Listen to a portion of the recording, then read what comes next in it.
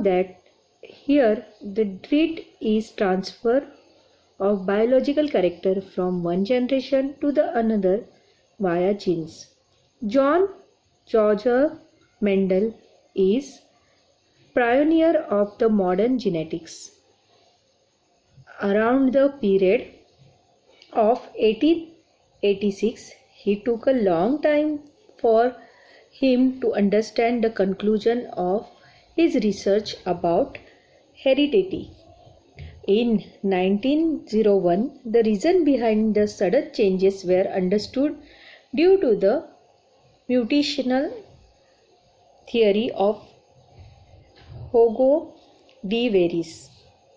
Meanwhile, in 1902, Walter and Sutton observed the paired chromosomes in the cell of grasshopper. Until then, it was not known to anyone. Research started in the direction of finding the nature of the genetic material when it was proved that the genes are carried via chromosomes, through which 1914 trio of scientists Ostwald, Avery, Michael McCarthy and Colin MacLeod proved that except viruses, all living organisms have DNA as the genetic material. आपण काय बघितलं याच्यामध्ये की एकापासनं दुसऱ्या जनरेशनला जे characteristics transfer होतात ते कोणामुळे होतात by genes. John George Mendel हे पहिले सायंटिस्ट होते ज्यांनी मॉडर्न जेनेटिक्सबद्दल शोध लावायला सुरुवात केली. इन 1868 त्यांना समजलं की the conclusion of his research about the हेरिडिटरीबद्दल त्यांना माहिती पडलं. In 1901 the reason behind the sudden change was understood due to the mutation. Sudden change का होतात? तर म्युटेशनमुळे. म्युटेशनची थिअरी होगो डी व्हॅरेस नी दिलेली होती. इन 1902 वॉल्टर आणि सुथॉन यांनी पेड क्रोमोझोम्स जे ग्रासऑफरमध्ये आहेत त्याच्याबद्दल माहिती गोळा केली जी आधी कोणालाच माहीत नव्हती. Research started in the direction of finding the nature of genetic material when it was proved that the genes are carried via chromosomes. त्यानंतर समजलं गेलं की जीन्स हे कोणामुळे कॅरी केले जातात तर क्रोमोझोम्समुळे.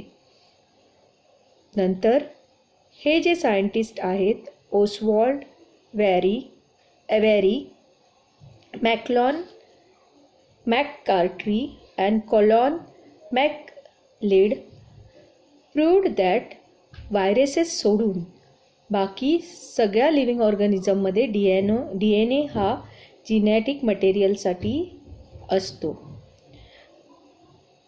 त्यानंतर in 1961 the French scientist Francisco Jacob आणि जॅक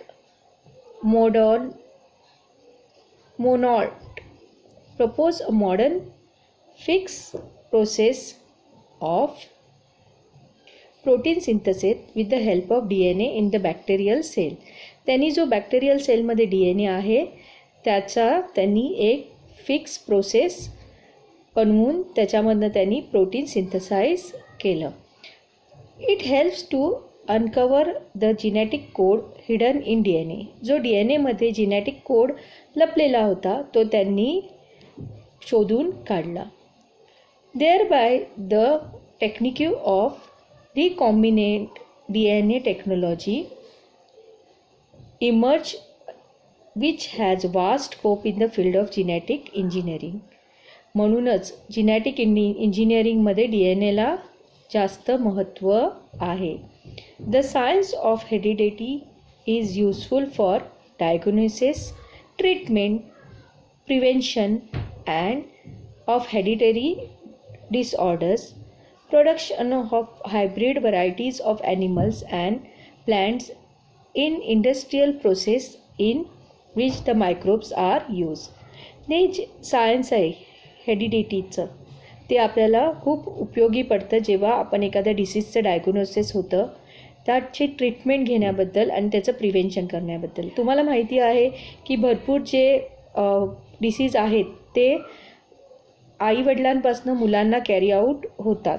मग ह्याचं जे डायग्नोसिस ट्रीटमेंट किंवा प्रिव्हेन्शन आहे हे आपल्याला या DNA शोधामधनं किंवा सायन्स ऑफ हेडिडिटी ह्याच्यामधनं आपल्याला समजतं आणि त्याच्यावरती आपण त्या रोगांवरती आपण मात करू शकतो. नेक्स्ट टॉपिक जे आपण बघणार आहोत ते आहे transcription, translocation and translation. Transcription, translation and translocation.